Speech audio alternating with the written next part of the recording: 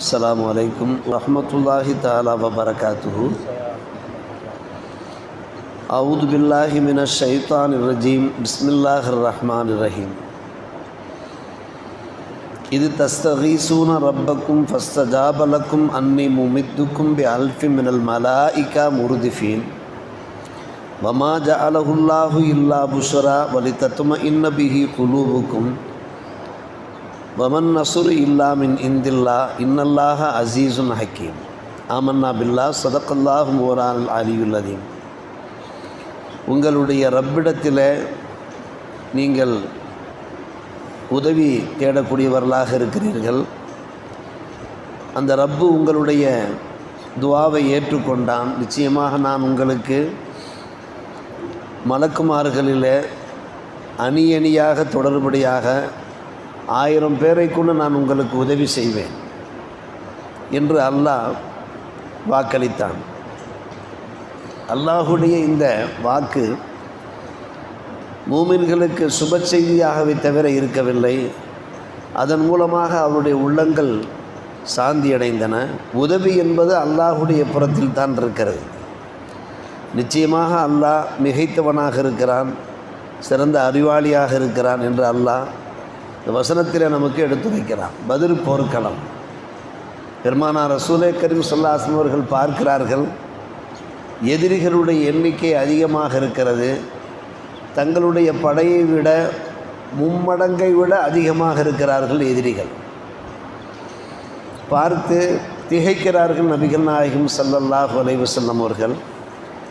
தங்களுடைய இஸ்லாமிய படை சிறுபடையாக இருக்கிறது. 300 சொச்சம் பேர் இருக்கிறார்கள். அவர்கள் 1000 சொச்சம் பேர் இருக்கிறார்கள். மும்மடங்கு தாண்டி இருக்கிறார்கள்.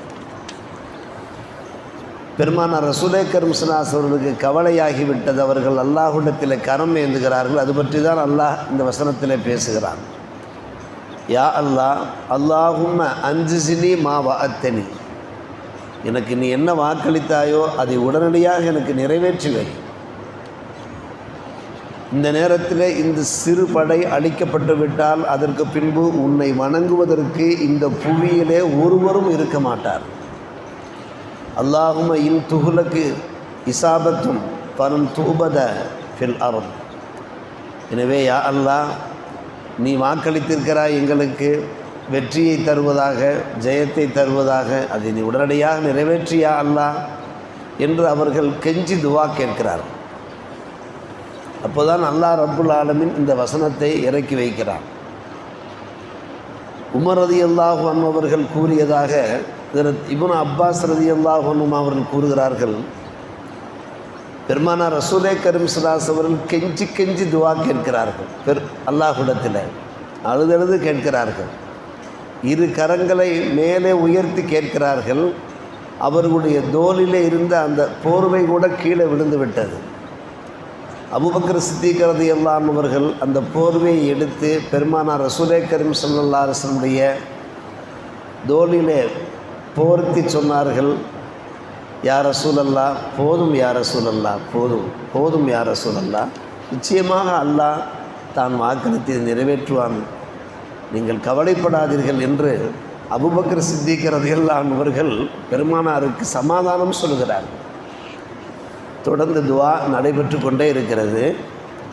அல்லாஹ் எப்படி வாக்களிக்கிறான் பாருங்கள், அந்த வாக்கு எப்படி நிறைவேறுகிறது பாருங்கள். மலக்குமார்களிலே 1000 முர்திஃபீன் என்கிற வார்த்தையை அல்லாஹ் இங்கே பயன்படுத்துகிறான். வாக்களிக்கிறான். முர்திஃபீன் தொடர்படியாக 1000 உங்களுக்கு மலக்குமார்களை அனுப்பி வைத்து உங்களுக்கு நான் உதவி செய்வேன் என்று அல்லாஹ் சொல்லுகிறான். உதவி இறங்கிவிட்டது. பெருமானார் ரசூலே கரீம் ஸல்லல்லாஹு அலைஹி வஸல்லம் படை சிறுபடையாக இருந்த போதும் கூட முதலில் 1000 பேர் மலக்குமார்கள் வானவர்கள் இறங்குகிறார்கள்.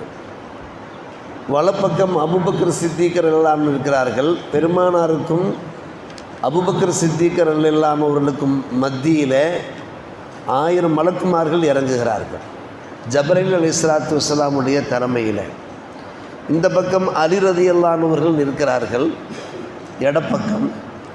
இன்னும் ஒரு 1000 மலக்குமார்கள் மீகாயில் தலைமையில் வானவர் தலைவர்கள் 4 தலைவர்கள் இருக்கிறார்கள் மலக்குமார்களுக்கு. அவர்களில் ஒருவர் மீகாயில் அலைஹிஸ்ஸலாத்து வஸ்ஸலாம்.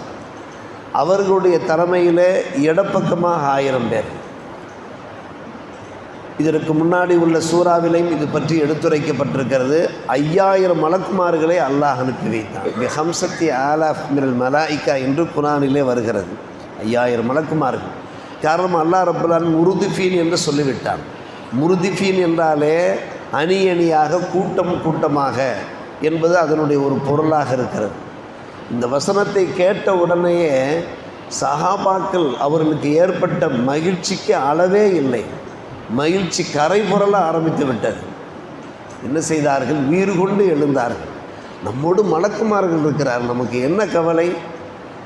எனவே மக்களை தாக்க ஆரம்பித்தார், எதிரிகளை தாக்க ஆரம்பித்தார்கள். தாக்குதலிலே 1000 பேர் கொண்ட அந்த எதிரிகள் படை இருக்கிறார்களே சிதறி ஓட ஆரம்பித்து விட்டார்கள். புறமுதுகு காட்டி ஓட ஆரம்பித்து விட்டார்கள். அவர்களில் பல பேருடைய தலைகள் உருள ஆரம்பித்து விட்டன. என்ன காரணம்? இங்கே இஸ்லாமிய படை மட்டும் போரிடவில்லை, கூடவே இருந்த மலக்குமார்களும் போரிட்டு கொண்டிருக்கிற காரணத்தினாலே எதிரிகளால் தாக்கு பிடிக்க முடியவில்லை. அவர்களில் நிறைய பேர் கொல்லப்பட்டு விட்டார்கள். 70க்கும் மேற்பட்டோர் கொல்லப்பட்டார் என்றெல்லாம் நாம் பார்த்தோம். நண்பர்களிலே 14 பேர் தான் கொல்லப்பட்டார்கள், முஹாஜிர்கள், அன்சாரிகள். நாம் ஒவ்வொரு ரமதானிலேயுமே அந்த பதிலுடைய இரவிலே இது பற்றி நினைவு கூறுவது நடைமுறையாக இருக்கிறது. இன்றைக்கும் புனித மதீனா ஜியாரா செல்லக்கூடியவர்கள் பதில் போர்க்களம் செல்கிறார்கள். எந்த 14 சஹாபிகள் ஷஹீதாக்கப்பட்டார்களோ அந்த 14 சஹாபிகளுடைய அந்த புனித பெயர்கள் இருக்கிறதே போர்டிலே பொறிக்கப்பட்டு அங்கே அடையாளப்படுத்தப்பட்டிருப்பதை பார்க்கிறார்கள். 14 சஹாபிகள். அல்லாஹுடைய கிருபை. அல்லாஹ்வே இந்த வசனத்தை எப்படி சொல்கிறான்? உங்களுக்கு சுப செய்தியாகவே தவிர ஆக்கவில்லை. இது சஹாபிகளுக்கு சுப செய்தியாக ஆகிவிட்டது. அதோடு தொடர்ந்து ஒரு வார்த்தையை சொல்கிறான், இதன் மூலமாக உங்களுடைய உள்ளங்கள் சமாதானம் பெறுகின்றன. இதை கேட்ட மாத்திரத்திலே சஹாபாக்களுடைய உள்ளங்கள் சமாதானம் பெற்றுவிட்டது.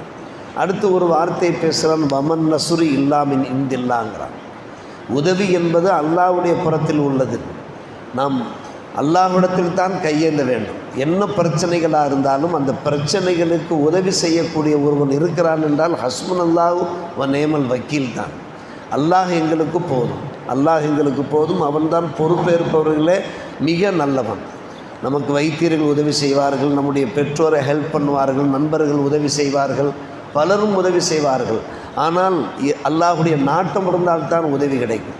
இந்த சம்பவத்திலையும் கூட அருமை சகோதரர்களே, இந்த வெற்றிக்கு பதில் போர்க்களத்தினுடைய வெற்றிக்கு மூலகர்த்தாக்கள் மலக்குமார் என்று நாம் நினைக்கக்கூடாது.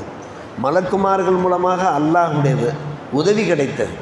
இங்கே அல்லாஹ் எப்படி இந்த ஆயத்தை நிறைவு செய்கிறான் பாருங்கள். வமன் நசுரு இல்லாமின் இந்தில்லா, இறை நாட்டம். அந்த நாட்டப்பிரகாரம் மலக்குமார்கள் வந்தார்கள். பின்னணியிலே அல்லாஹ் வேலை செய்கிறான். பின்னணியில் இருந்தவாறு அல்லாஹ் வேலை செய்கிறான். இந்த இஸ்லாமிய படை காரணம் பெருமானார் ரசூலே கரீம் ஸல்லல்லாஹு அலைஹி வஸல்லம் கெஞ்சுகிறார்கள், மன்றாடுகிறார்கள். இந்த நேரத்தில் இந்த சிறுபடை அழிக்கப்பட்டு விட்டால் நிலைமை என்ன? கொஞ்சம் கற்பனை செய்யுங்கள், நாமே கற்பனை செய்வோமே. அந்த 300 சொச்சம் பேர் அன்றைக்கு அழிக்கப்பட்டு விட்டால் நிலைமை எப்படி ஆயிருக்கும்? மதீனா தாக்கப்பட்டிருக்கும்.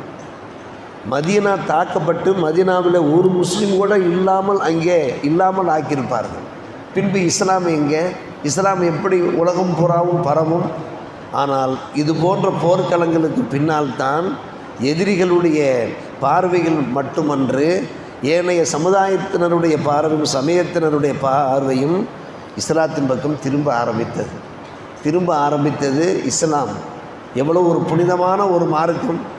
இந்த சிறுபடையை வைத்து கொண்டு இந்த பெரும்படையை அவர்கள் தோற்கடிக்கிறார்கள். ஏதோ ஒன்று இருக்கிறது, பின்னால் ஏதோ ஒன்று இருக்கிறது என்பதை எல்லோரும் ஏறிட்டு பார்க்க ஆரம்பித்தார்கள். அதற்கு பின்னால் மக்கள் சாரையாக இஸ்லாத்தை நோக்கி விரைந்து இந்த ஈமான் நமக்கு வேண்டும். அருமை சகோதரர்களே, பெரியோர்களே, வசனத்தை நிறைவு செய்கிற போது வமன் நசுரு இல்லாமின் இந்தில்லா, சூரத்துல் அன்ஃபால் 8ஆம் அத்தியாயத்தினுடைய தொடக்க வசனங்களை நாம் பார்த்து கொண்டிருக்கிறோம்.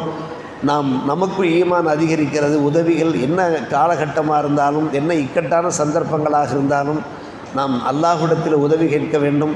நிச்சயமாக நாம் மன்றாடி கேட்கிற போது, ஈமானோடு தக்வாவோடு கேட்கிற போது அல்லாஹ்வுடைய உதவி கிடைக்கும் என்பதற்கு இந்த சம்பவம் எல்லாம் ஒரு அத்தாட்சியாக இருக்கிறது.